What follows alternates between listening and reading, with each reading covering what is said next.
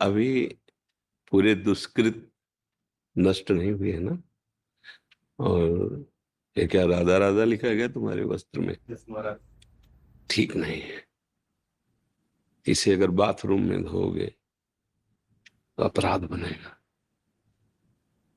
नाम लिखा है, इसको हम सिंहासन में विराजमान करते हैं, इसको हम हृदय में धारण, जैसे राधा नाम है ना, शौच स्नान के समय इसको अपने शिराने ऊपर से आसन रख के तब विराजमान। आराध्य देव। कभी आप इसे धोएंगे ना बाथरूम में, धोएंगे ना, तो जहां हम लघु शंका करते हैं, जहां हमारे स्नान का जल वहां जाएगा ना।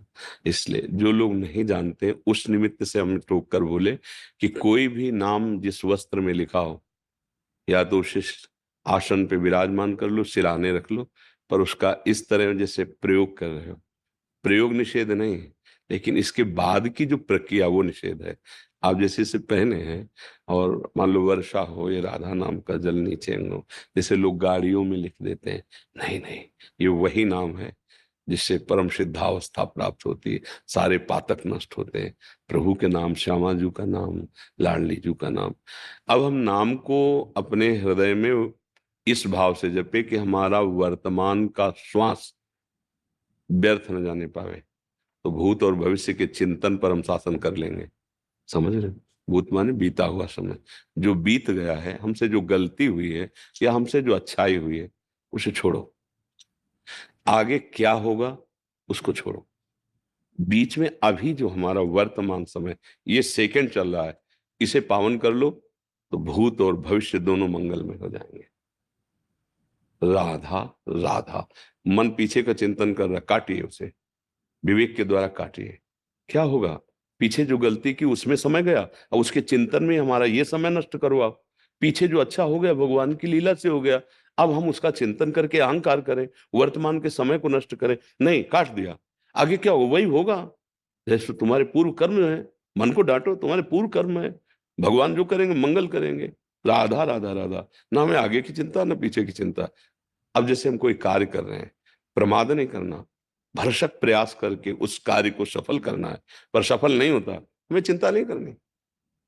कर्मण्येवाधिकारस्ते मा फलेषु कदाचन, सुख दुखे समय कृत्वा लाभा लाभौ जया जय। लाभ हो या हानि, जय हो या पराजय, हम कर्तव्य से मुख नहीं मोड़ेंगे, पर फल की स्थिति में हम दुखी भी नहीं होंगे। हम हार जाते हैं, हमें फल नहीं मिलता है, तो कोई ना कोई भगवान का विधान है, हम दोबारा प्रयास करते हैं।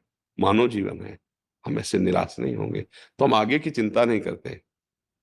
पीछे का जो हो गया है उसके लिए आम तो हम स्वरूप पापेभ्यो मोक्षयिष्यामि मां शुचा, भगवान के वचन याद करो। अब कोई बात नहीं। वर्तमान में ना आचरण में गलती होनी चाहिए, ना कर्तव्य में प्रमाद होना चाहिए, ना नाम जब छूटना चाहिए, फिर आप त्रिलोकी पर विजय प्राप्त कर लेंगे। ये स्थूल सूक्ष्म कारण, भूत भविष्य वर्तमान, सब मंगल हो जाएगा। क्यों चिंता करते हो?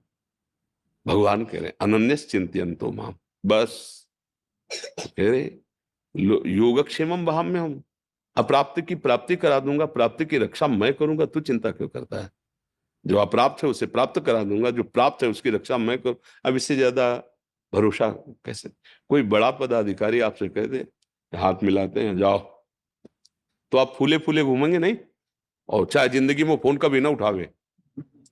लेकिन मेरे भगवान कह रहे हैं, जो अनंत शक्तियों के स्वामी हैं, अनन्यस चिंतयन्तो माम ये जना परिपासते तेषाम नित्याभियुक्ता नाम योगक्षेमम। वही तो कह रहे हैं, तो चिंता मत कर, तुझे जो प्राप्त करना मैं कराऊंगा, क्योंकि सब उनके हाथ में है, और जो प्राप्त है उसकी रक्षा मैं करूंगा।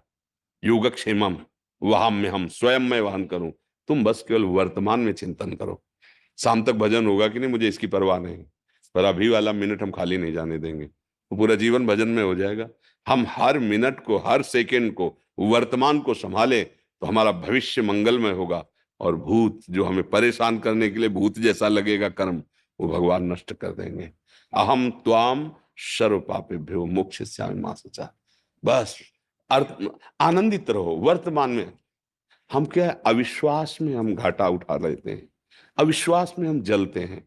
अगर हमारा दृढ़ विश्वास हो जाए, एक भरोसो, एक बल, एक आस विश्वास, तो देखो कैसे प्रभु संभाल रहे हैं। सच्ची मानिए, हर मिनट उनका दुलार प्यार ऐसे अनंत माताओं जैसा। इसलिए कहता हूं कि भविष्य की चिंता मत करो, भूत को तो भगवान के चरणों में समर्पित कर दो और नाम वर्तमान में लो, अच्छे आचरण करो, सदैव सुखी रहोगे। ये हमारे बात नहीं, भगवान के सब प्रिय हैं। सब मम प्रिय, सब मम उपजाए, भगवान कह रहे हैं।